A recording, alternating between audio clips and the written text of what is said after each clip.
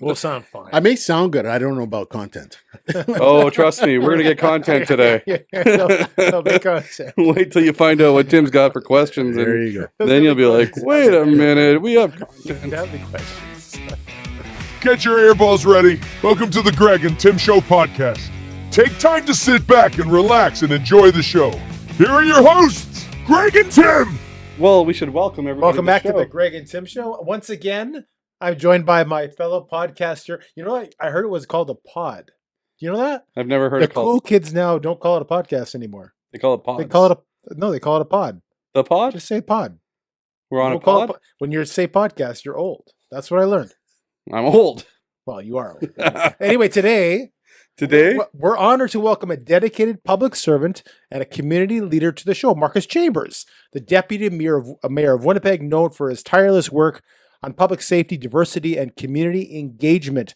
Markus has been a strong voice at City Hall, advocating for a more inclusive and connected Winnipeg. Like connecting it like a puzzle. Yeah, he's the one that brought Transcona into the city. Oh, that was better. That was a long time ago. From champion youth programs to tackling some of the city's most pressing issues, he brings both passion and purpose to his role. Yep. In this conversation, we dive into his journey, the challenges faces Winnipeg today, and what drives him to keep building a better future for all Winnipeggers. Welcome to the show, Markus. Councillor Chambers. Thank you for having me. I'm really excited to be here today, and just share. Yeah, for sure. So we always start with a question. We're going to kind of push it back a little bit because you showed up wearing all Raiders gear, Raiders hat, Raiders sweater. So we know you make questionable life choices first. But I changed to my. This is actually the Las Vegas Raiders show now. Is it? Yeah, like we changed the logo and everything. It's we're the bad boys of podcasting. We are the bad boys of podcasting. In the black hole. So I paint this wall black. Black and silver. Then it would be black and silver. Oh, Black and silver. Oh, that would look good silver, right? Right? Yeah. So when you came to the door and I answered the door, I called you Markus, as in Markus Allen, who's a longtime Raider. They played for them for many years. And you said, funny story, and I cut you off because I thought this might be a good story to start the show with. I was born Mark Anthony Chambers, Okay. and in high school, around 1982, that was when Markus Allen was emerging as, just graduating from USC and had played with the Oakland Raiders at the time, and everybody started calling me Markus. And really? It was around the time that my football career started to emerge, and everybody started calling me Markus, and it just stuck all through university and till present day. Wow. So I had it legally changed, and now I'm Markus. And I think the only people that call me Mark are from high school if they haven't, hung around me in recent times. I can tell who knows me for how long based on what they call me. And that's why it's Markus with a K. Markus with a K, correct. Which is also European. Okay. Yeah. Is Markus Allen Markus with a K? He is with a C. With a C, okay. Yeah. I wanted to be a little bit different. You wanted to have your own personality. Put my mark on it. Because, of course, you're European. I clearly see that now. Well, actually, I was born in the UK. Oh, Really? Yeah. So You're just stepping in everything today, aren't you? I tried to make it a weekly occurrence anyway. Last week he made a mistake or two, but I edited it out, so it's it reemerges once again. But that's the beauty of editing. We can edit everything out. So this is why it's so great to have people in here because we knew you as a deputy mayor of Winnipeg, but now we know you're a bit of an athlete. So you had a career before you were a politician. You're in sports. So can you tell us about that? Yeah, we emigrated here to Canada in 1967. So as mentioned, I was born in the UK. My parents are Jamaican, and they met on the way to England to do their post-secondary education. Got married, had all of his kids there, and then we immigrated here in 67. My father said to Canadians, what do you do during the wintertime to keep your kids busy? Right. And hockey was the natural answer. So I started playing hockey at age 4 or 5. Ran track through high school, and it was while running track and playing soccer that somebody said, why don't you play football? And I'd always been playing football with my friends, just pick up and things like that. But I said, I'm a $1.05 soaking wet. I'll get creamed up there. And the person said, they won't even touch you. You're so fast. So I said, yeah, let's try it out. And I went out and tried out for the junior football team, the Winnipeg Hawkeyes, made the team, and took off from there, playing university sports as well, and having a good time. Reflecting back, had to try it with the Bombers. Met some very interesting people that are still lifelong friends, and realized that at my height and at my size, professional sports was probably not in my future, but had a good time during the time. Yeah. Yeah. And I remember, so my first memory of you was when you worked with my mom. Correct. Yeah. Way back in the day. You guys were, if I remember correctly, her desk was here, and over the divider was your desk. And every time I'd come in, I was a kid back then, so I was much younger, but you must have been a child as well working there, because you're not that much older than me. But I always remembered chatting with you, and the one memory that I have from a childhood from the Bombers, and this is probably when I was a very young Bomber fan, like probably not into it as much as I am now. But my mom said, "Oh, Markus knows Willard Reeves." Yeah. And I'm like, "Oh, that's the running back." And she's like, "Yeah, he knows him, and he's got a poster for you."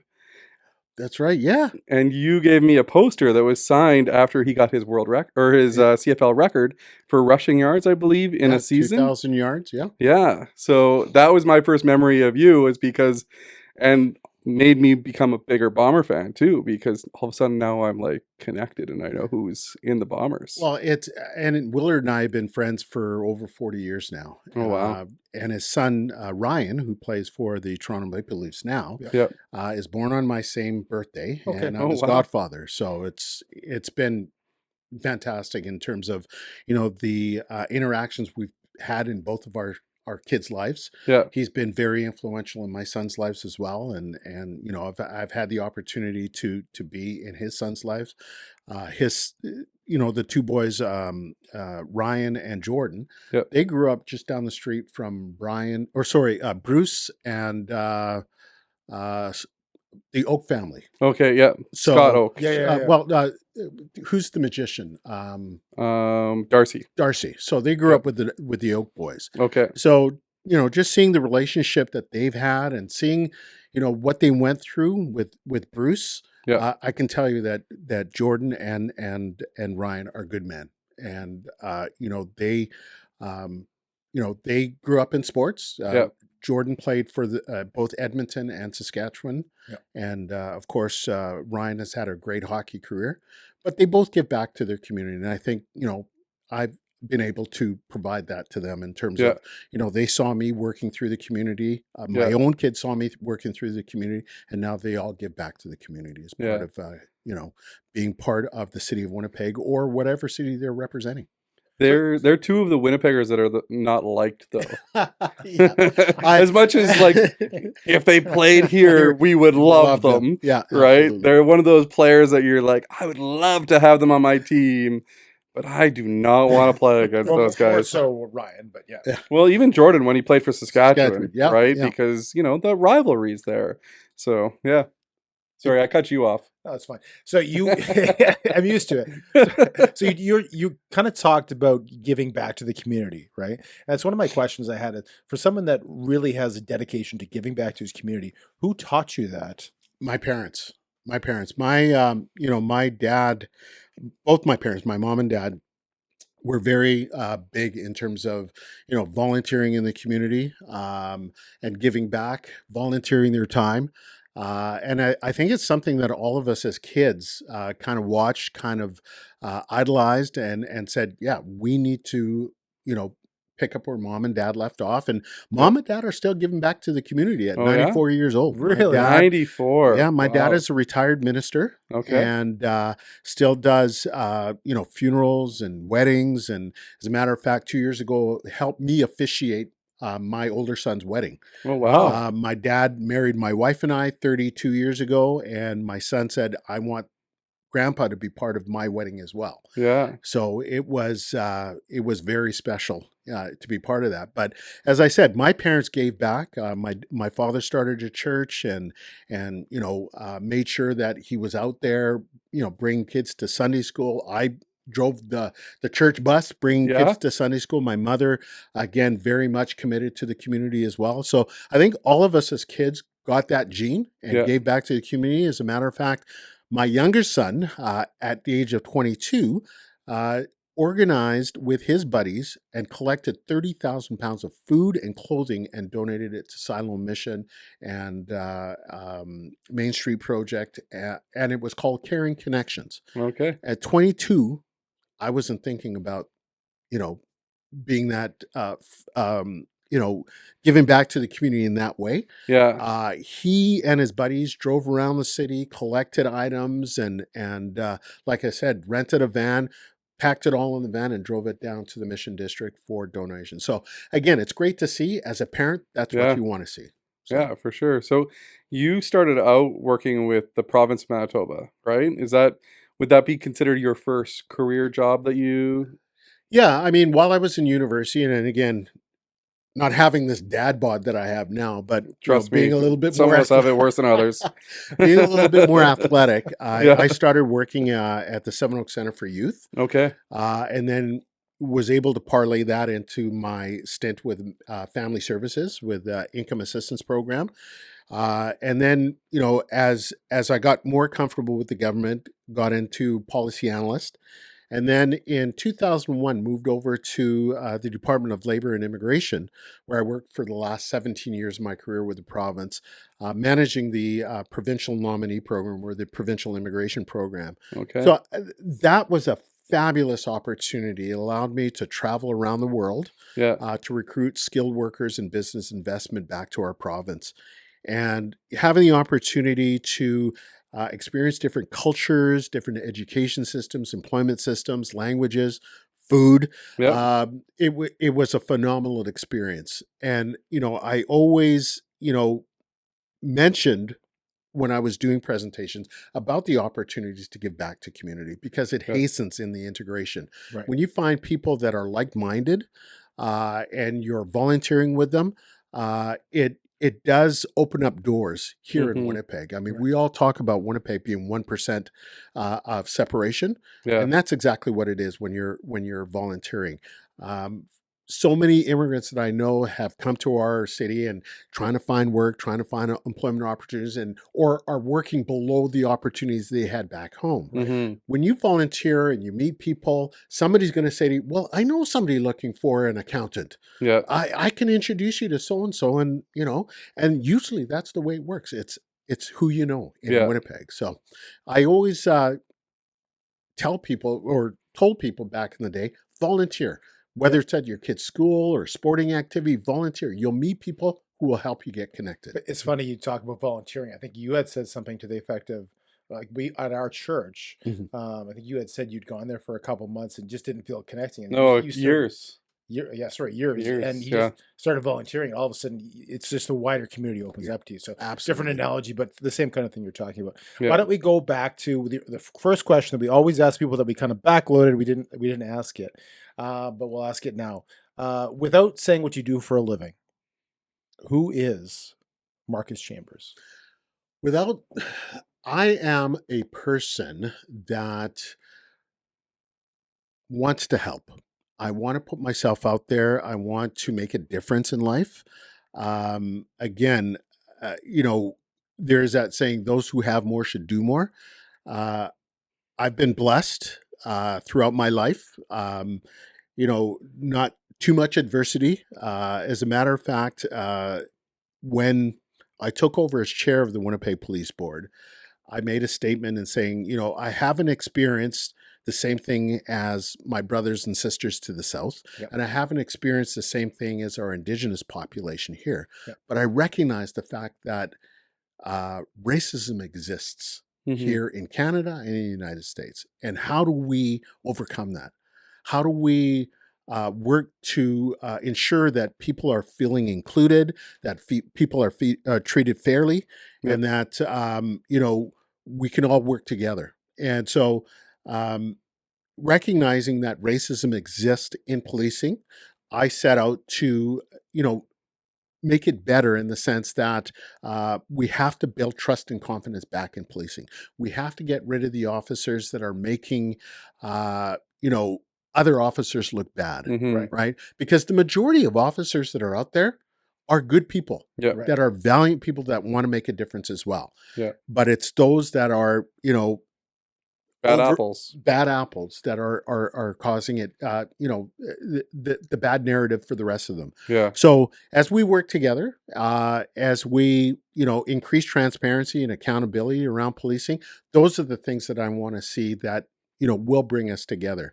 For myself, it's about openness, transparency, and accountability. When I ran back in 2018, at the doors, I said to people, you may not agree with every decision I make, but I'm going to show you how I made that decision.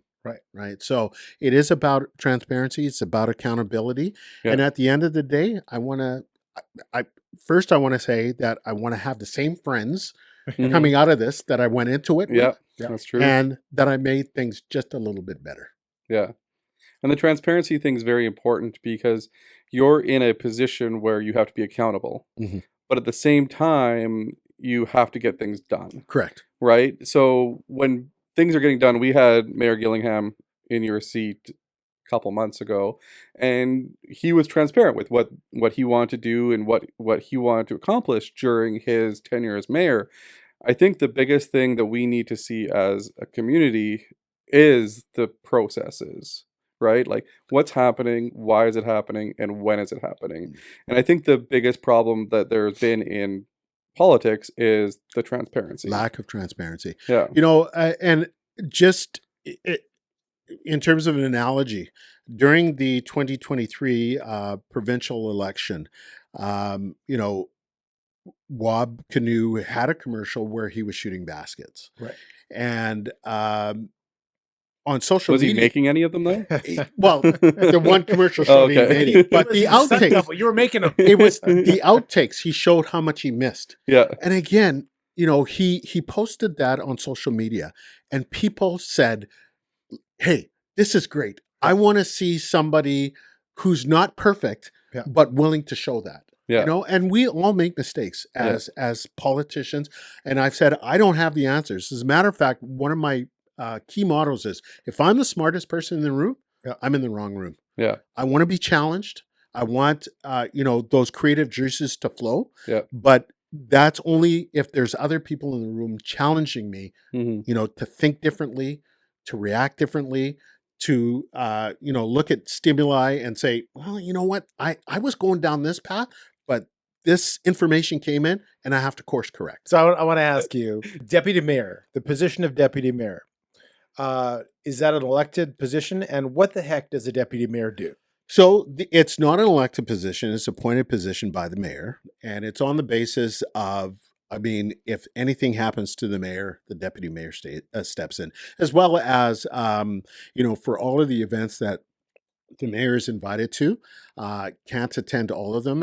And in any given week, there's 30, 40 invitations, in a 7-day week. Right. Yeah. So the deputy mayor is often, and then there's the assistant or the acting deputy mayor, who, if I can't attend on behalf of the mayor, it goes to the acting deputy mayor. Who's the acting? That's Janice Lukes. Okay. So, it is about process. It is in terms of making sure that we're out there supporting our community at different events and making sure that there's continuity in terms of if anything happens to the mayor. As a matter of fact, we meet on a weekly basis and we go over different issues and things like that. I'm still, Scott respects me, or the mayor respects me enough, that if there's a decision that I have to make with respect to a file, that I'm allowed to make that decision in the interest of my constituency. Okay.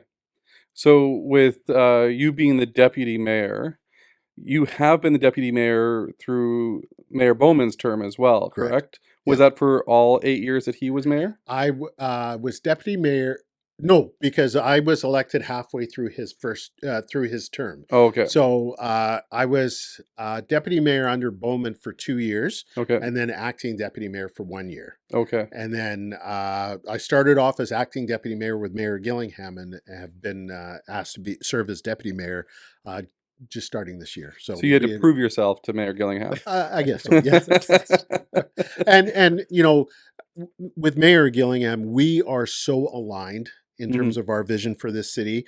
Again, he's a retired minister as well. Yep. So our values align very well as well. So I have a lot of confidence in his skills and abilities as he does in mine. So I'll ask then the question I asked to Scott when he was in the room. We can call him Scott too. Oh, so, there you go. Yeah. Mr. Gillingham, whatever you'd like. Mayor. His worship. His worship. Yeah. With the pipe. Yeah, that's a great picture. So I asked him, because we have friends in our group, whether they're a church, whether they're believers, who feel that they would never want to get into politics. And the reason is because because today's world, you're not allowed to have those Judeo-Christian values in the position that Crossover, right? Separation of church and state. Separation of church and state. Do you find that you have to leave some beliefs in your own house to govern the city, or help govern the city? And just kind of explain that and how you kind of think through that process. Yeah, absolutely you do. I mean, it's on the basis that you're elected to serve the people, right? And so there are times where my personal beliefs come into play, but I have to look at the interest of the city and the people that elected me to serve. And as a result, there are decisions that, I make that would go against how I was raised. Mm-hmm. But it is an evolution. It's about learning. And it's about being adaptable. Right. Again, I have to look at the best interest of the city and the best interest of the constituents that I serve. And if that happens to go against the way I was raised, so be it. So if you were to, so I understand that part, and I understand, you have to do what's best for the city, but what's best for the city, you also have to look at what is best for you inside as well, right? Like, you have to live with your decisions and that type of stuff. Do you find that struggle? Like, do you have like this pull? It is a dichotomy. Yeah, it is. And so again, I have to go back to, again, what is the will of the populate? Mm-hmm. The people that vote me into office. Yeah. And again, is it part of an evolutionary growth? Okay. Right. So again, I'm not in a position, or I'm not here to judge people. Yeah. I'm I'm here in this role to, make things better for our city. Yeah, for sure. Right. So again, from an inclusion standpoint, I want to make sure that everybody feels welcome. Yep. Everybody feels included and valued. Yeah. Right. Exactly. So again, it's how I do that, and how I can reconcile that with my upbringing. Yeah. Right. So again, it's not about being judgmental. It's about, again, evolving as a person and having the capacity to not judge people. Yeah. And to be open with people. Yeah. Right. It may not be for me. Yeah. But again, I'm not going to judge you. I'm not going to, ridicule you or anything like that. Again, in terms of my upbringing, the Bible tells us to be, not to be judgmental. Yeah. Judge yet lets you not be judged. We have a saying in our church, which is LAUGH, which stands for love, accept, forgive. Yeah. Right. So, you're loved no matter what, you're accepted here no matter what, and you're forgiven. Right. So that is kind of the I guess mindset, that if you have that mindset and you can accept people for where they are and what they're doing, you can also be accepted as well, right? Well, and that's the premise of it. I mean, it is about, so when we got here in 1967, there wasn't a lot of people that looked like me here in Canada. And so it was about that acceptance. Mm-hmm. And if people can accept me, for who I am and what I look like, then I should be able to accept them for who they are and what they look like. Yeah. So backing up, when you say we came in 1960s, how many brothers and sisters came? So from I England? was actually born a twin. I had a Okay. twin sister who passed away just before our first birthday, but I've got 4 older sisters and an older brother. I'm the baby. Oh, wow. And even with my twin sister, I was the baby as well. Okay. Yeah. Wow. 4 older sisters. Yeah. That must have Which been- helped out. When I started dating, hey, I was daddy smooth. You know, my sisters, they taught me a lot. My older brother, I mean, we're a very close family. I mean, we still, you know, get together on birthdays and holidays, and you know, it's at one person's house this week, one person's house next week. During the summertime, our patios. Who's doing patio night on Sunday? You know, is the common theme. So we're a very close family. Are you all still in Winnipeg?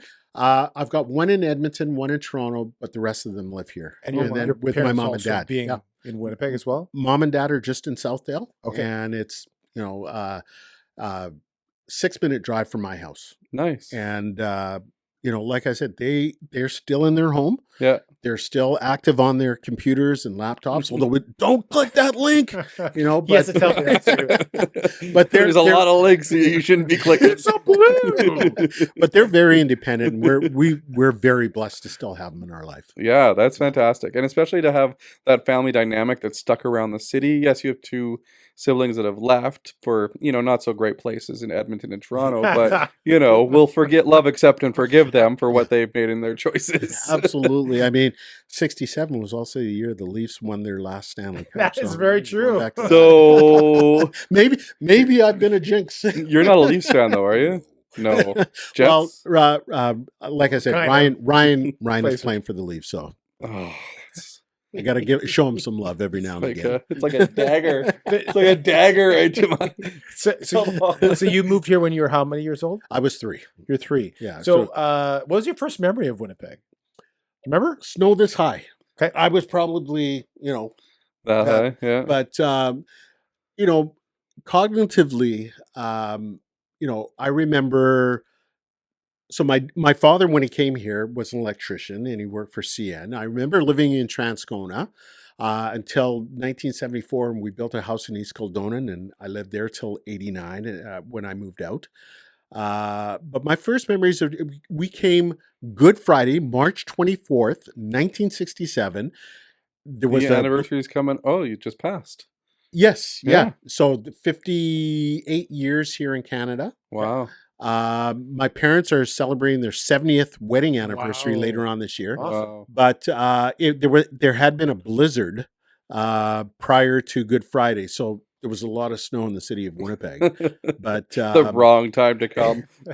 well, as a matter of fact, my father came in January ahead of the rest of us, Right. Yeah. and And he thought to himself, this is a good place. No, it's a little surreal. We were in England. He had no interest in coming to Canada. Right. It was his friends. I actually interviewed him during Black History Month, and it was an article that was posted in one of the black magazines. But he talked about not having any interest in coming here to Canada, Right. Yeah. but filled out the application, you know, while he was waiting for his friends. Okay. He had driven them to Liverpool to complete the application. Yeah. And he was the only one that got a response from the Canadian government Right. because he was an electrician. He was in trades. Yeah. And that's what they were looking for. Yeah. And at the time, back in the 60s, Winnipeg was the 4th largest city in Canada. Yeah.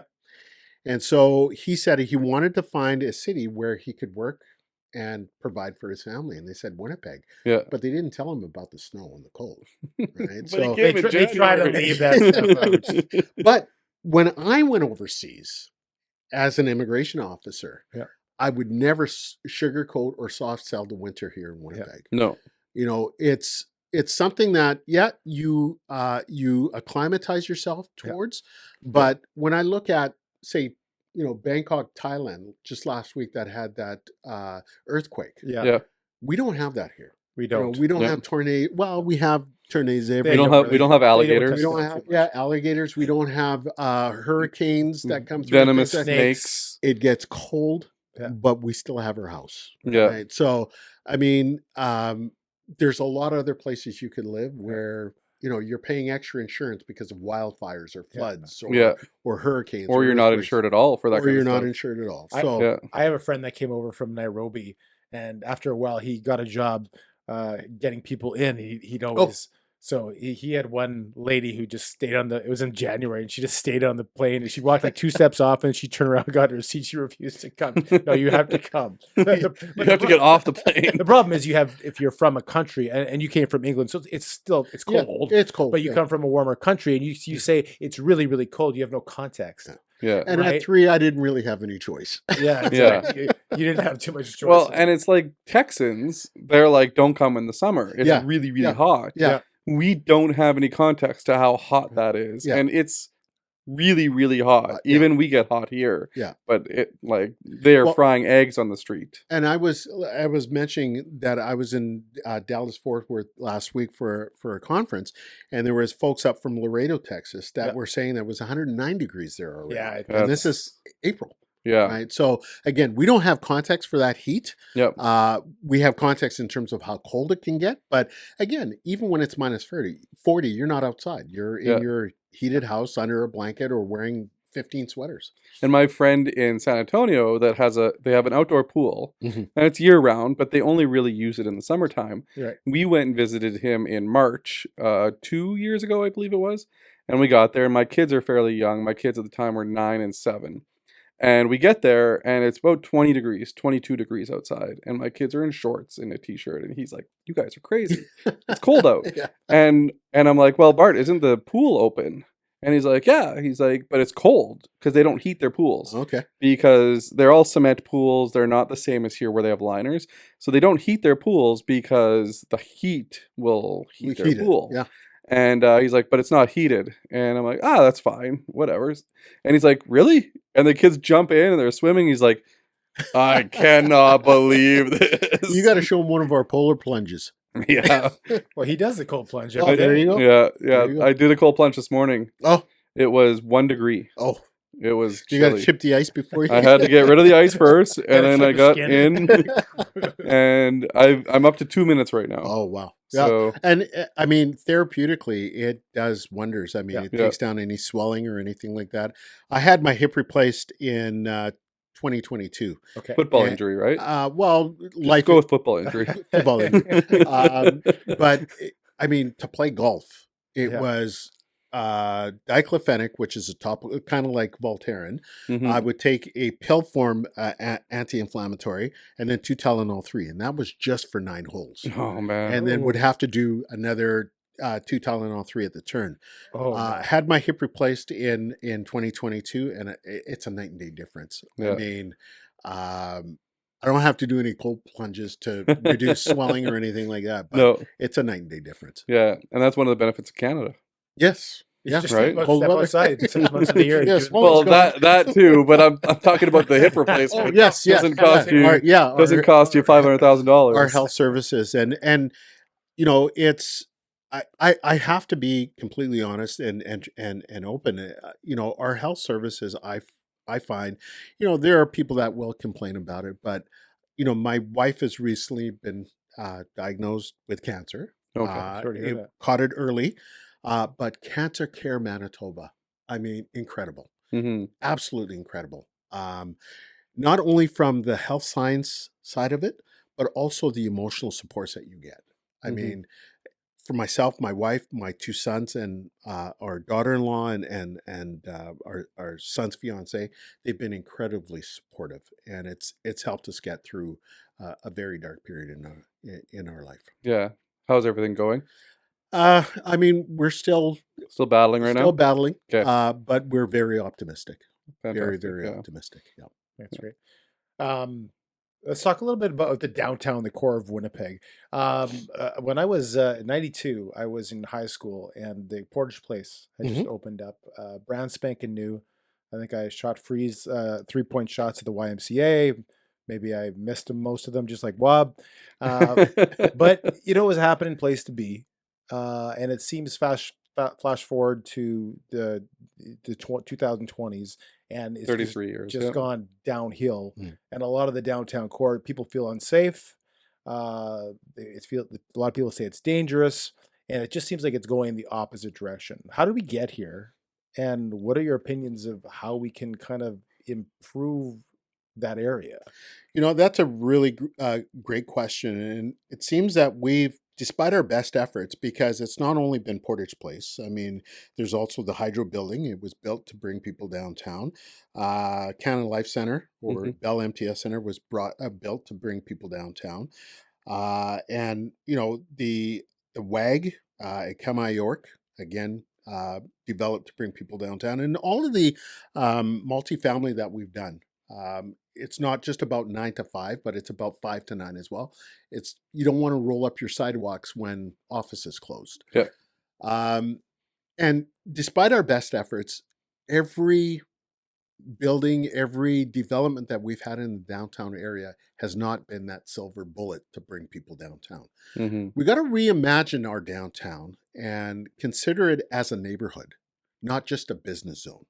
Right. So where we can build more accommodations for people and anchor it with a good grocery store, because it is a bit of a food desert downtown. Gas stations too. Gas stations and other amenities that keep people downtown, not just 9 to 5, but from 5 to 9 as well. Right. One of the big things that we've been struggling from the city of Winnipeg is getting our staff back in the offices, back downtown. Yeah. And I know you don't want to solve an economic situation with a human resources solution. Yeah. But it does speak to the circular economy, having people downtown and paying bus fare or parking or buying lunches or shopping during the daytime. It is part of the circular economy. It's also that aspect of crime prevention through social design, where you have that nucleus amount of people. Safety exists, right? Because people are looking out for one another. Yep.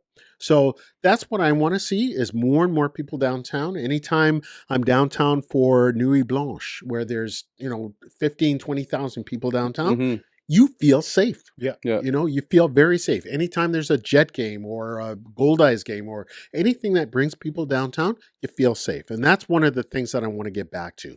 Yeah. I also want to, from a safety perspective, reduce our crime severity index. I'm sick and tired of Winnipeg being announced as the crime capital of Canada. Yeah. We have to drive our crime severity down. And that's one of the instructions that we provided to the new chief of police that we announced just a couple of weeks back. Yeah.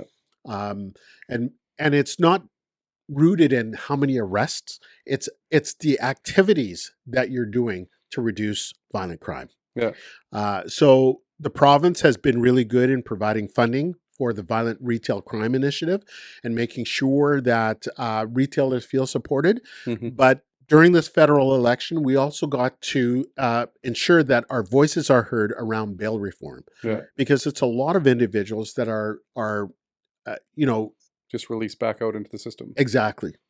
Breach conditions and are causing these crimes. Yeah. So there's got to be stronger penalties, and then the actual work done to rehabilitate them while they're incarcerated. Well, that's something you hear all the time. You hear people left of center saying you need to rehabilitate, and then people right of center saying, no, you need to be hard on crime. And I've always wondered, why is it one or the other? Why can't it be both? And my assumption is that costs too much money. Well, there are some people that just can't be rehabilitated, right? So longer sentences are justified in that regard, because it becomes an issue of public safety. Right. But for those that maybe have made a bad decision or have been influenced by others, where we can go and actively work with them to have better outcomes, those are the ones that we should be working with. But it doesn't happen outside a structured institution, right? So it's the same thing that we're experiencing right now with mental health and addictions. Back in the day, there were institutions for individuals that were struggling. Right. Yeah. And those have all been closed. And we're seeing that manifested now in our streets. And it's hurting. It's hurting. Right. Yeah. So if we can get people the supports that they need, and sometimes it has to be mandatory, unfortunately. Right. I think that would be better for society in general. Are you talking about those companies that did those mental health services gone in Winnipeg, gone from the core, or gone from Canada? Educate me a little bit. Or is the government not funding them anymore? Government is not funding. So when you look at, say, from an addictions perspective, Right. How long is treatment? It's 30 days. Well, Right. why is it 30 days? Well, that's when insurance runs out typically, Mhm. right? But you're not to the extent that you're ever cured, but Yeah. 30 days in treatment, you're not not anywhere near, anything. You're basically just getting Sustainability. through the shakiness Exactly. and the sweats, right? Exactly. So the programming for that needs to be longer, right? And that's affordability issues. Yeah.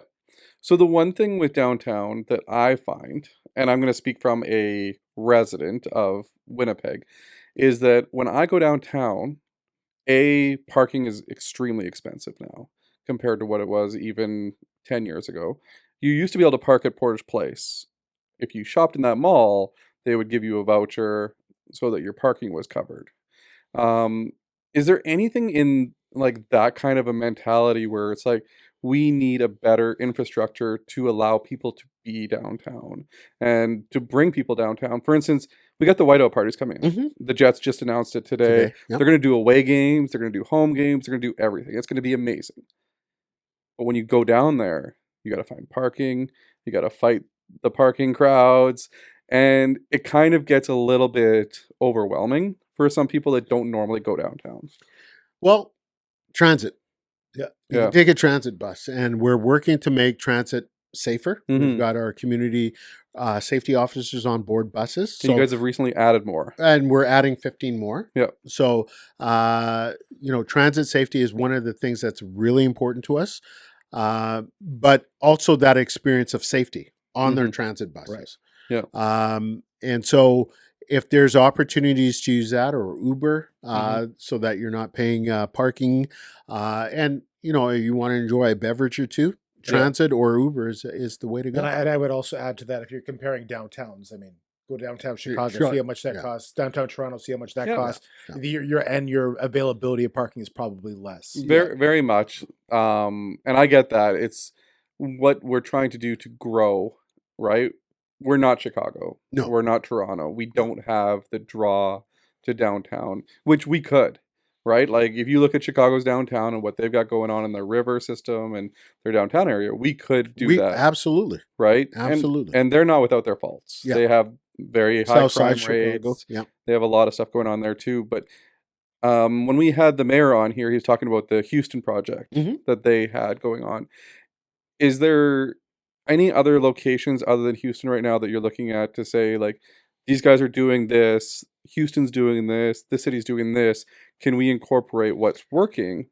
So again, part of last week in Dallas Fort Worth, I mean, it talked about trades and tariffs. I was there for NASCO, which is the North American Strategic Competitiveness Office, and it's all about the trade that happens between Canada, Mexico, and the United States. Okay. It was NASCO was developed out of NAFTA back in 1992, Right. And updated with CUSMA or the USMCA. Even though we talked a lot about trades and tariffs and whatnot, a lot of the conversation, because it was mayors and other stakeholders from different cities throughout that corridor into the United States and into Mexico, we were all talking about mental health addictions and the state Mhm. of our cities. I didn't see a lot of homelessness in Fort Worth, Texas, Right. but the mayor of Arlington, Texas says, like, if you turn the block and go down half a street, you'll see it all. Yeah. Yeah. And so Dallas is experiencing really bad homelessness problems as well. There was somebody from Kansas City. The mayor of Kansas City was there, and she was explaining, yeah, their homelessness problem is bad as well. So Yeah. I think from every major city in North America is experiencing the same. It does vary depending on climate. I know that San Francisco is really bad. San Yep. Francisco, You were just there. yeah, Victoria, last year. Friend, yeah. Yeah. A year ago, yeah. yeah, Victoria, BC, Yeah. again, because of the climate, it's a little bit more amenable, not Yeah. the extremes. Yeah. So they're seeing a lot of homelessness there. Yeah. Again, we have to figure out a way of supporting those that are struggling in our community with mental health and addictions. Mhm. And whether that's, in an institutionalized setting, we've got to do something so that the rest of the population feels safe and can actually plan their lives. And it's a housing thing as well. Yeah. I believe the mayor announced that they're going to be working on housing, so that would help. But housing doesn't help the mental side of things, and that's where you're looking at is where can we help that side? Yeah, I mean, for the sustainability, I mean, you can take a person from an encampment and move them into a shelter, but is it sustainable? Do they have the supports that they need to make this go? Right. So, you know, we're seeing that in terms of policing. Yeah. If I can put that hat on very quickly, you know, we have now the ARC program, the Alternative Response to Citizens in Crisis, which pairs a police officer with a clinician, whether it's a social worker, a crisis worker, etc. And they're working to have a different outcome for individuals that, you know, it's not just a matter of seeing somebody acting out and going and arresting them. Right. It's about providing the supports that they need so that, you know, you're not having to call additional resources for them, right? Because quite frankly, even though mental health and addictions is a provincial responsibility, so to speak, it's the greatest resources drain is on municipal government because they're calling fire, paramedic, police, right? So we're left with that bill, right? They're leaving you with they're taking your resources and utilizing them. I was speaking with the chief on Sunday, and he was mentioning again, even though the province has put in institutional safety officers, officers are still spending the entirety of their shift at hospitals for that handoff. And it shouldn't be that way, right? So we got to figure it out so that officers are utilizing their time for what they were trained for, and increasing opportunities for crime prevention, not just reaction.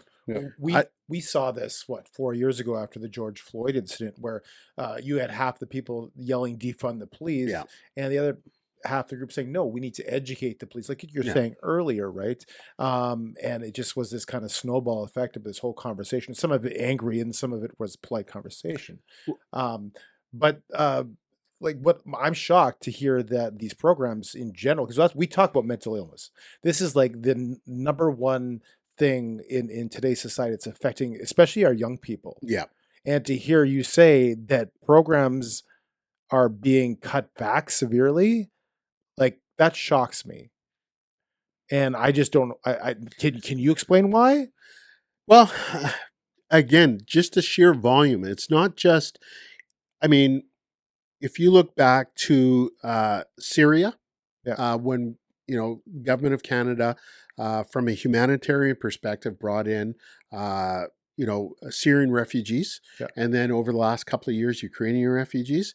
They're coming from places that are war-torn, that they've seen some very traumatic experiences, right? And so you're dealing with that population in terms of the mental health, right? And then post-pandemically, you're dealing with individuals, Canadian kids and youth that didn't have the same high school experience or college experience. They weren't able to connect with their peers or family members. Right. The isolation that took place during the pandemic. So it's actually compounded in terms of mental health and wellness. And I think it's going to take years or at least a generation before we're seeing that subside in terms of the mental health and wellness of individuals in our communities. So the supports need to be there. Right. The supports need to be there. And I think governments are starting to realize that now. So you think it's going the other way. It's come back. Well, I'm hoping, again, that's what you're working towards. We don't want to create situations that have unintended consequences. Right. Right. So 2 years ago, I was out in Vancouver, BC for a conference, a policing conference. And the people that I'd met there were in positions like mine as chair of police boards. And one individual was from Surrey, BC, and she was talking about the fact that BC had legalized 2.5 grams of illicit drugs. They also have safe supply that LPNs can deliver to individuals. So in speaking with them, I asked, well, has the safe supply and the legalization of 2.5 grams of illicit drugs. And again, this is one of those issues that, you had asked earlier, whether decisions conflict with my Your upbringing. beliefs, yeah. That would be one. Right. Yeah. Right. And so the unintended consequences in BC for the LPNs is that the LPNs are getting mugged for that safe supply, not from users, Right. but by other dealers who can then turn around and say, And sell yeah, it. I've got something safe. It won't kill you. Yeah. Right. It's mob rules. Exactly. The other part of it too, the 2.5 grams of illicit drugs. If I have 2.5 grams of illicit drugs and I'm busted for shoplifting, Yeah. they get my wallet, my keys, my cell phone, and my 2.5 grams of crystal meth. Yeah. It's all cataloged and put into evidence, inventory as evidence. When I'm out on bail, somebody bails me out, I get my cell phone, my keys, my wallet, and my 2.5 grams of illicit drugs. It comes back to me. So police officers are asking, so we give him back his drugs and he ODs, who's liable? Mm-hmm. So that's a question that they're asking.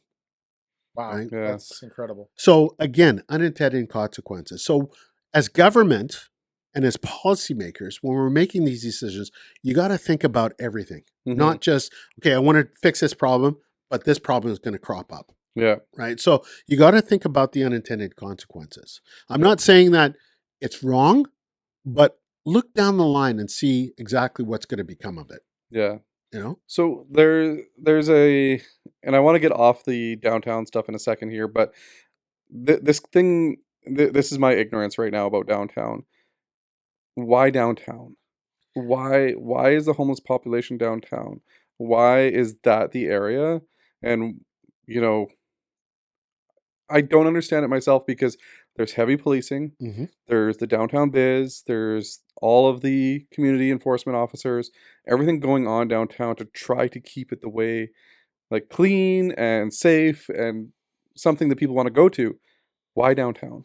So anecdotally, I would say it's not downtown. I would say it's more of our riverbanks and walkways along our riverbanks. Okay. When I look at Vancouver and East Hastings, that's downtown. Yeah. Because it's the homelessness right against buildings. Right. Here in Winnipeg, it's more along our riverbanks. Okay. But for instance, when I look at 300 Assiniboine Avenue, beautiful condo building that's right along the riverbank, and a homeless population is right there. Right across the street, basically. Right. If you look outside your window or outside your balcony, you're looking at an encampment. Okay. Right. Yep. So if you're making a $500,000 investment on a condominium to live downtown, is that what you want to see? Yeah. So we get a lot of calls as counselors. I get a lot of calls as chair of the police board. My other colleagues that share downtown as part of their ward, they get calls all the time. Yeah. So we're also seeing it in playgrounds or parks or downtown parks where they're setting up, especially if there's trees, they're wherever setting you up, can set up housing, basically. set up tents and whatnot. But we're also seeing it in our suburbs. I've got Henteliff Park that is off of St. Mary's, basically across from the University of Manitoba. So I don't know if you know where Van Hall Estates is, but around that area, right? So there's homelessness in there. I've got homeless people that have taken up in the monastery forest on Pembina Highway, just on the west side of Pembina Highway, just on the outskirts of St. Norbert. Again, they feel it's safer there. They don't have individuals that could harm them. Yeah. If they're way out in the suburbs. So we are seeing, or we are experiencing, homelessness in the suburban areas as well. Okay. Yeah. Okay. I want to get into a different topic and get into more federal politics for a second. I know that you're not a federal politician, so I'm not going to hold you accountable. I don't even play one on TV. Exactly. Right now with the tariffs, but I just want to get opinions because I think your opinion is going to be more educated than a lot of others because you are within the political realm of, working with Bob Canoe a little bit, working with some of our federal politicians within the province. What are your thoughts right now on the tariffs and the USA? Obviously, the guy running the USA right now, Trump, is very polarizing, right? But what are your thoughts right now on how this will affect Canada, and can it actually be a good thing? Yeah, I mean, there's a lot of narratives out there in terms of how it will impact Canada in the long term. For one thing, I know for sure is that the relationship will never be the same. Mhm. And that's even if a Democratic administration gets in the next term. I just think with Canada's been around 157 years now. Yeah. United States, it'll be 250 years next year.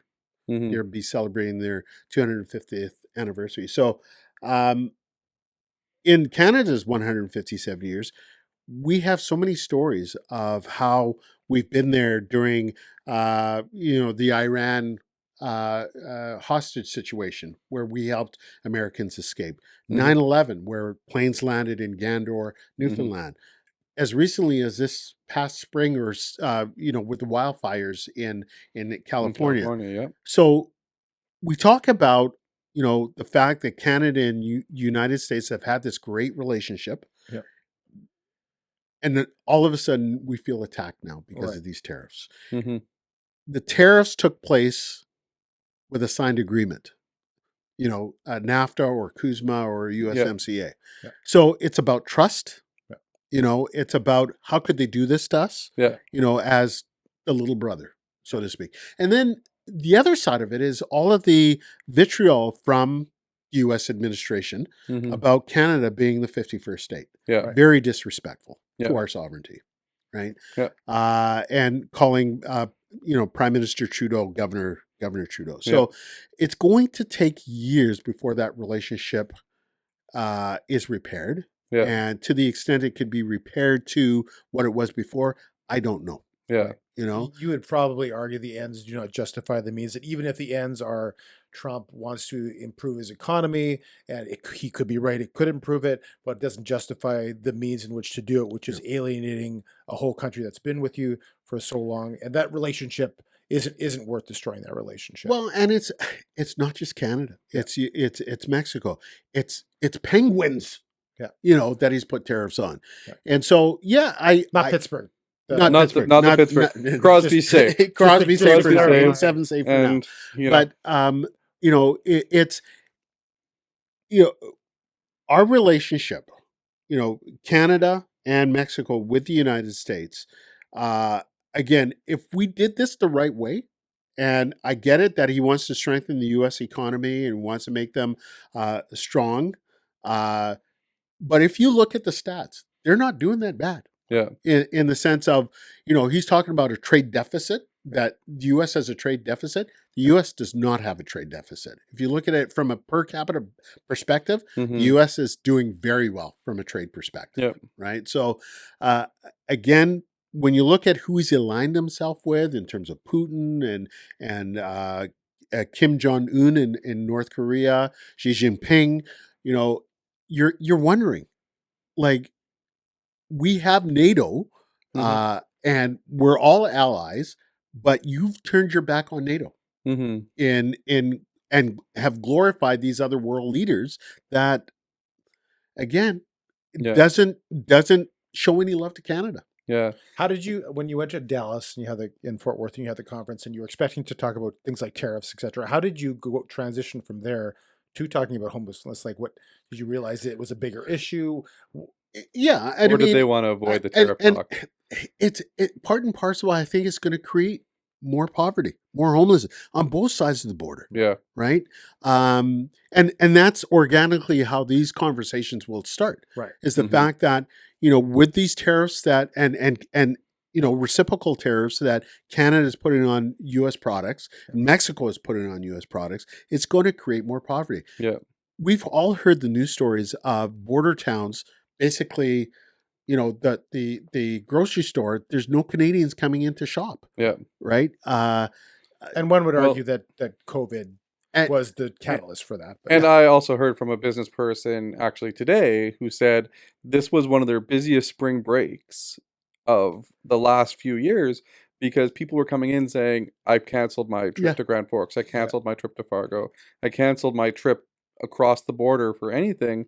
Yeah. And the dollar is Yeah. horrible. Yeah. So like it's really expensive. But B, it's the optics Yeah. of it, Right. right? And Yeah. Grand Forks is kind of the place is like, whoa, this isn't us. This isn't something we can control right now. We still want you guys to come here, but it's a dying city. Well, so I sit on the Red River Basin Commission. The Red River Basin Commission is Minnesota, North Dakota, Manitoba. Mhm. And it's the Red River that comes up and, flooding and farmlands and the whole 9 yards. Yeah. So I was at a conference in Grand Forks end of March. Okay.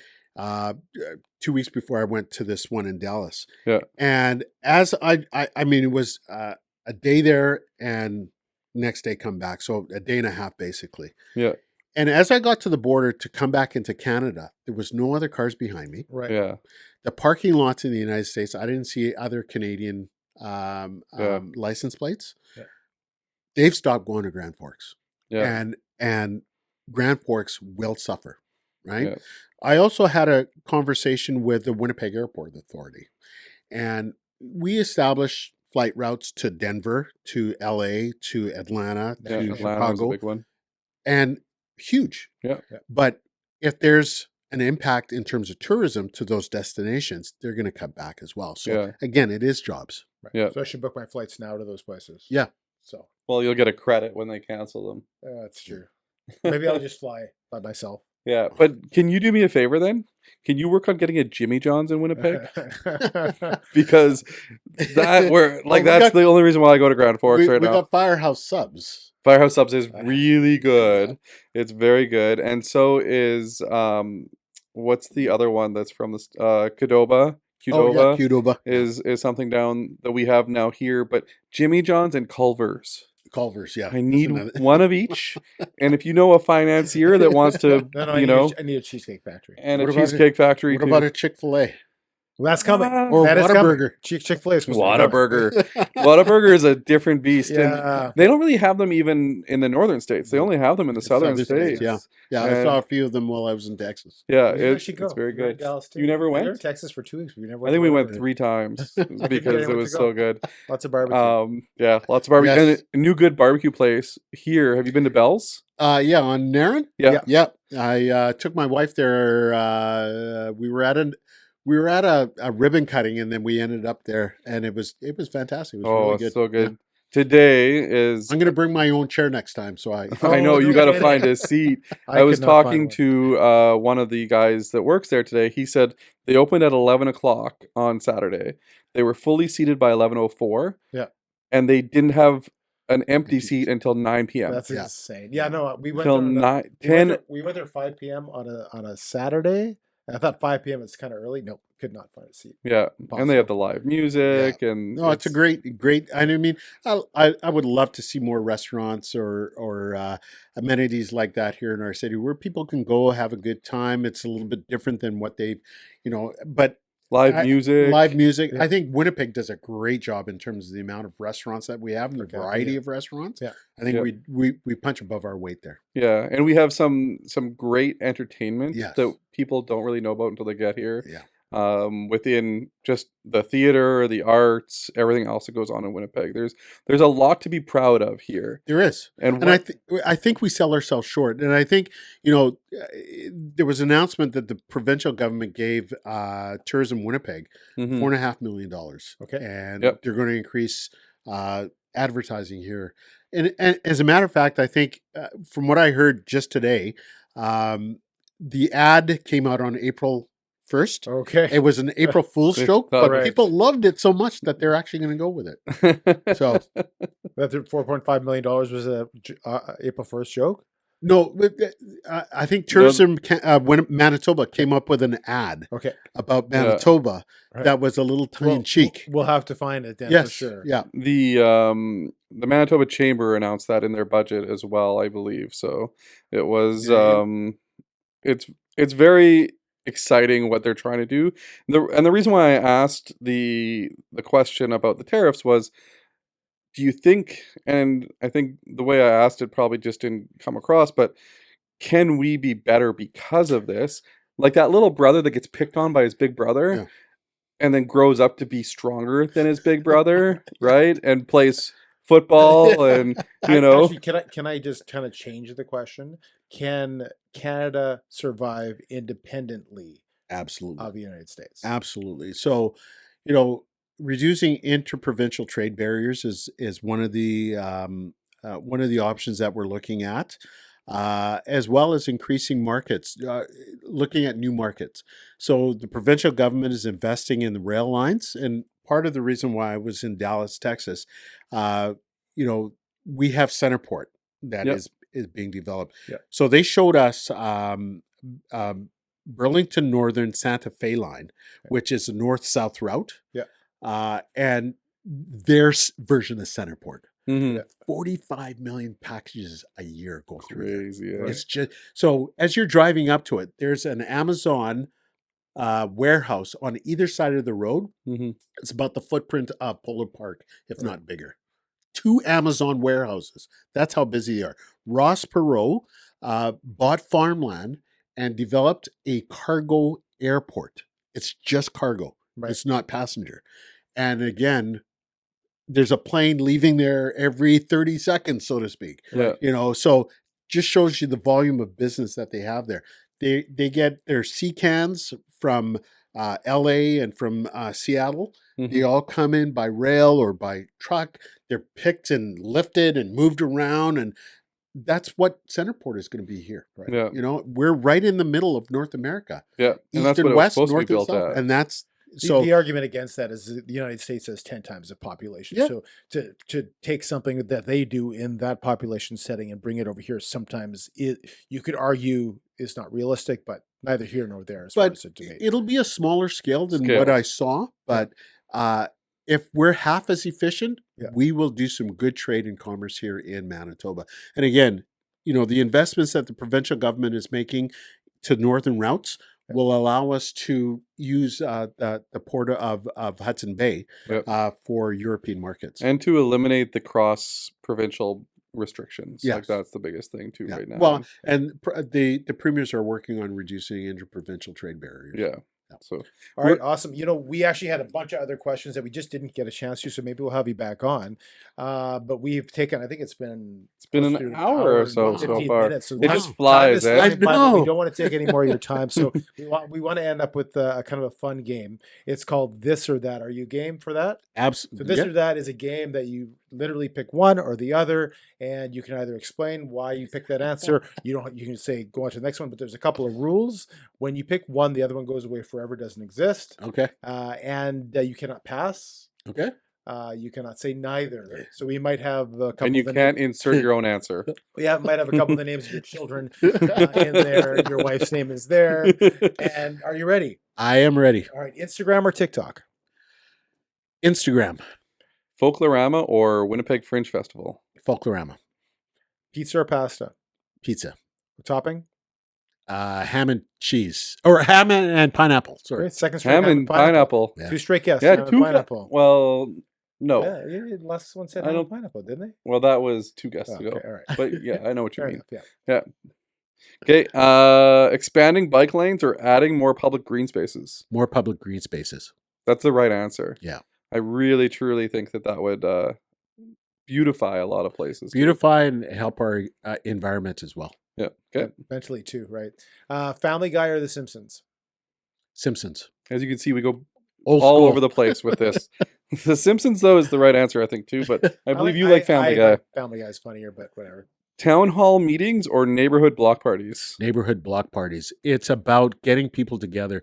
I think we're in a society where you come home, you shut your door, and you're on your patio in your backyard and you don't reach Mhm. out to meet your neighbors. I think we got to get to a place where we're meeting our neighbors, we're knowing who each other are, and we're looking out for one another.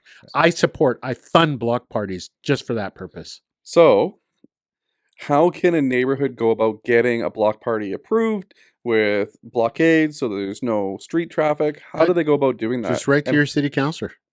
And what if your city councilor doesn't respond? Write to me. Okay.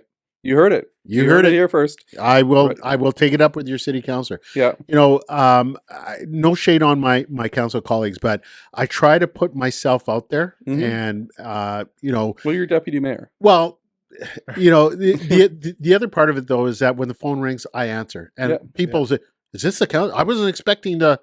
Well, who did you call? Yeah. I called you. Well, I'm answering. Yeah. I forgot So- what I was going to say. I'm so flustered that you answered the phone.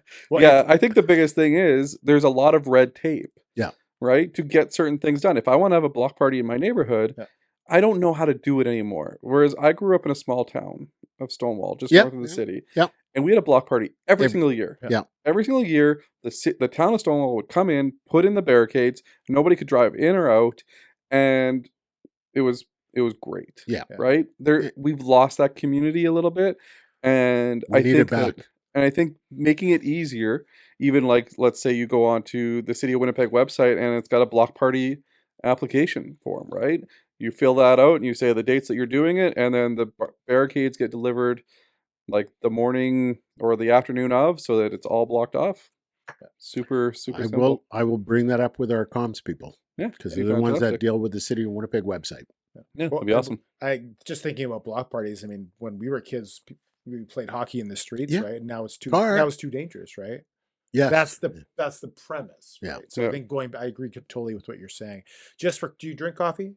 I do. Okay, just for coffee alone, Tim's, Starbucks, or McDonald's? Tim's, I like Tim's too. Go ahead. Netflix or Disney Plus? Netflix, old school. Old school. Old school. Would you rather join me climbing a mountain or sit with Greg on a beach in a warm, hot day? It's going to be Greg on a beach. I don't like heights. All right. Chocolate or chips? I'm going to have to go chips, even though I like chocolate. I'm diabetic. But you have to remember, you've already chips got are carbs. pizza. Eh, Yes, chips are carbs. yeah, chips are We have this carbs. argument. Pizza's Chips are carbs. carbs. I have too much of a sweet tooth, Yeah. so I'm going to have to go chips. Okay. And your flavor? Salt and vinegar, but Miss Vicky's. Okay. Yeah. Oh, okay. My I wife love the also kettle likes that. crunch. Watching live sports or live reality television? Live sports. iPhone or Android? iPhone. That's right. It's been like 7 weeks in a row. I was on the other side of that before. And, Were you?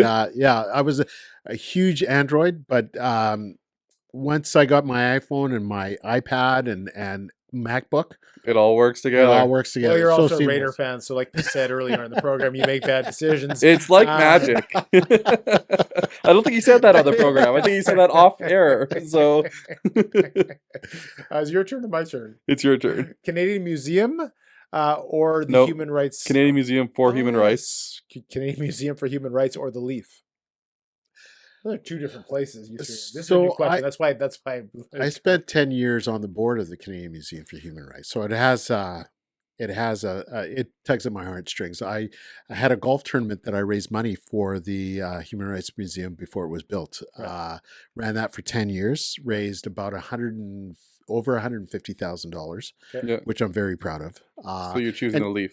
It's too hot. It's too hot. Just the work that they do at the Canadian Museum. I'm not selling No. because I brought a group of seniors to the Leaf and they had a fantastic time. Yep. But I think the work that the Human Rights Museum does is intrinsically important. Okay, you heard it And- first. The Leaf is terrible. And we Deputy do Mayor. Oh, I thought you were talking about the Maple Leafs. I'm just trying to put words in your mouth. and we do pick some of these to make it very hard for you as a What did he say? city representative. About the Leaf? I'm getting the body blows here. Yeah. Winnipeg Jets or Winnipeg Blue Bombers? Are we I'm gonna have talking to go with Blue Bombers. Yeah. I You gotta got to go with with history, right? Yes, a yeah, football yeah. guy, and there's something about being outside on a summer day, right? Yes. It's probably because I mean, even as recently as November of last year, I played hockey, Right. with full equipment. Right. We played the MLAs in a game. Yeah. I got to, win a few draws. We saw the videos. Yeah. I won a few draws against Wob. But I really miss playing football. Yeah. The camaraderie in the dressing room with the guys, standing on the sidelines, watching a play. I miss football. Well, you won the draws against Wob because you high sticked him. Yeah. And then you took the Look puck at away. A little dirty. All right. If you could have one superhero ability, would it be either invisibility or being able to fly? Again, the heights thing, invisibility. 2 in a row. We had a big streak with flying, and nobody picked flying. Last 2, yes. Invisibility. This one will be another city related one. Kildonan Park or St. Vital Park? St. Vital Park. That's in my neck of the woods. Well, Okay. I'm going for a run on Saturday at Kildonan Park, and I guess it's gone. It just disappeared. It just disappeared. It's gone. I guess I got to change locations. Extend the golf course there. And the last question is Tim's. Travel back in time 100 years into the past, back into the past, or 100 years into the future. Wow. So with 100 years in the past, I can meet individuals that were part of history. Yeah. Mm-hmm. 100 years into the future, I can meet my descendants. And you could win a lot of money. Oh, yeah. Mm-hmm. That's a good question. I would say 100 years into the past, I would like to meet some like Martin Luther King, Mm-hmm. Mahatma Gandhi. He's probably a little bit older than that, but there's some very Nelson Mandela. There would be some interesting people I would love to meet and spend some time with. Just pick their brains. I guess 100 years in the future, it's people I haven't met yet. So yeah, you have no context for that. All right, we have a couple of fun questions to end off, and then one more serious question. The top 3 places, it can be a restaurant, it can be a place to go, it doesn't matter, in Manitoba, that you love to go with your wife for date night. So the Moon Drive-In, Half Moon Drive-In, we do that once a year. That's in Lockport, right? That's in Lockport. Yeah, we go with another couple. The couple that we travel with on vacation, good friends of ours. We usually do like once a year, pick a nice Friday or Saturday evening during the summer, and we'll do the what do they call the burgers there? They have the shredded lettuce and the chili and the onions. And Like a Fat Boy type of thing? Fat Boy, yeah. Okay. And I mean, you can taste it even a half hour after you've eaten. And And then the shakes are really good too. So I would say the Half Moon in Lockport. Okay. If it's in Winnipeg,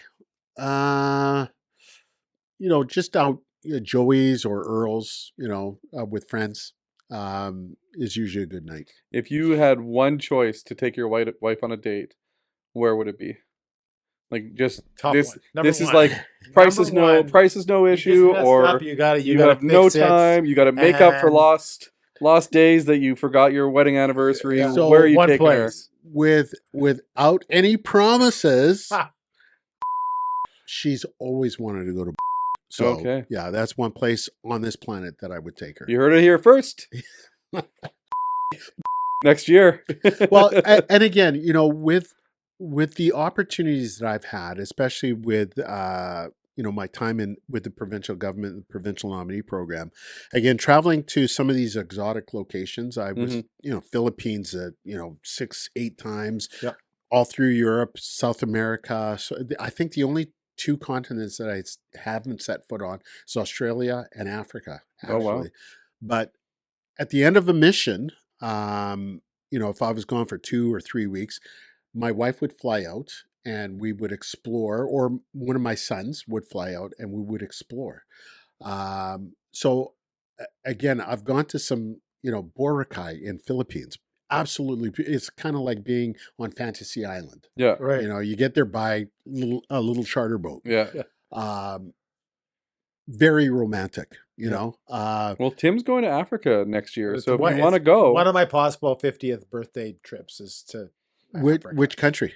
Nairobi. Oh, Kenya. So, Yeah. Kenya, sorry. Yeah. You're right. No. Kenya is the country, I know. Nairobi is the city? Yes. Okay. Yes. So a few years back, we celebrated our 25th anniversary in 2017. Okay. And we did Spain and Greece. Yep. When we got to Spain, they were going through secession, kind of like Quebec and Canada back in the day. The Catalans wanted to secede from Spain. There was massive, massive protests. And one day, everything was going to be closed. Yeah. No tourism, no shopping, anything. It was just a day of marches. So we decided, we were with our friends that we travel with, to go to Paris for the day. They had never been to Paris. Right. My wife and I had been several times. So we actually took them, and it was €49 from Spain, from Barcelona to Paris. Well, on the train. No, we flew. Wow. Oh, It was okay. it was €49. Yeah. We flew to Beauvais, which is just an hour outside of Paris, You drove in. and took a bus into Paris. So we spent the entire day in Paris, flew back to Barcelona, went online, and for the same €49, could have gone to Monaco, not Monaco,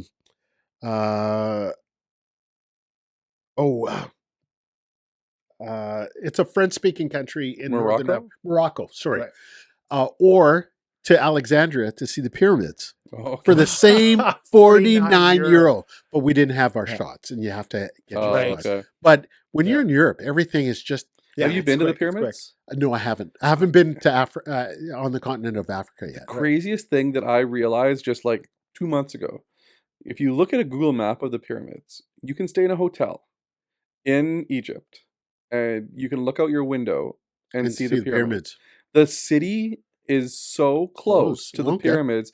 The pyramids are... It would be as if the pyramids were in Headingley.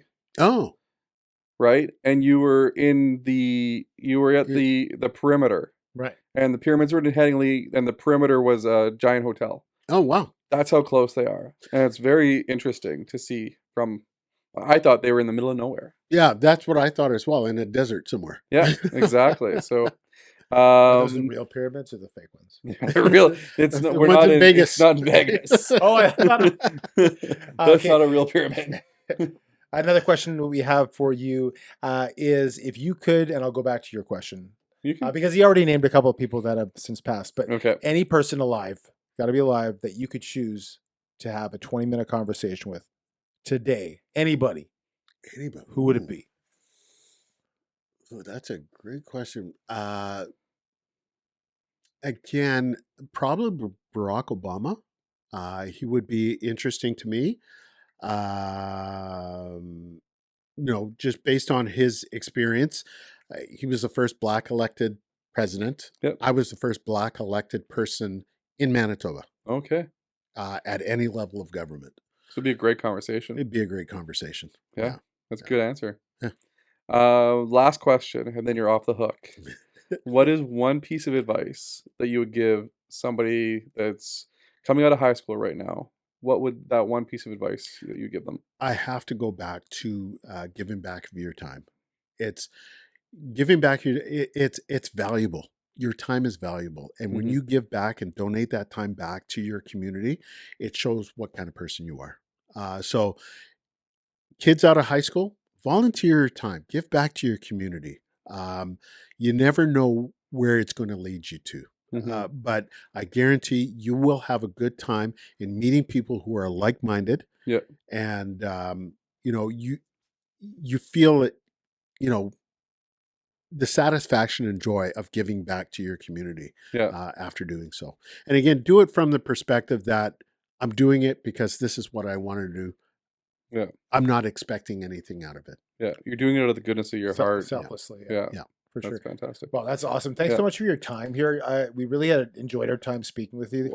And I've enjoyed both of you guys. This has been we fantastic. have to have you back on. There were so many questions that we didn't have a chance to get into. We could get into a lot more stuff that we didn't get into, but we do appreciate it. And we know that your time is valuable. So thank you for accepting and for coming over here and chatting with us. We appreciate it. Well, I appreciate it. And I appreciate what you do for the city of Winnipeg. I mean, this is a great medium to just share information and entertainment. So Awesome, and I'm hoping I'm somewhat entertaining. Yeah, I can't juggle. We'll see if we cut the whole interview. we could cut the ums and ahs. Not everybody gets on. One right thing that I did notice, though, is that you're a very good public speaker. And this is, we're kind of going a little bit long here on this, but was that taught? Was it learned? Or was it just something that you picked up over time? Father's a minister. Mother's a minister. They have no problem speaking in public spaces. And I think education is the great equalizer as well. I mean, if you feel confident about how, the topics you're speaking on, you can speak confidently. Yeah. Fantastic. Well, we'd like to invite everyone to share, subscribe, comment, all those things. Hit the bell. We learned last week to hit the bell. Yeah. It's down here. Ding. Yeah. It's right there. If you hit the bell, you get notified when we have new episodes.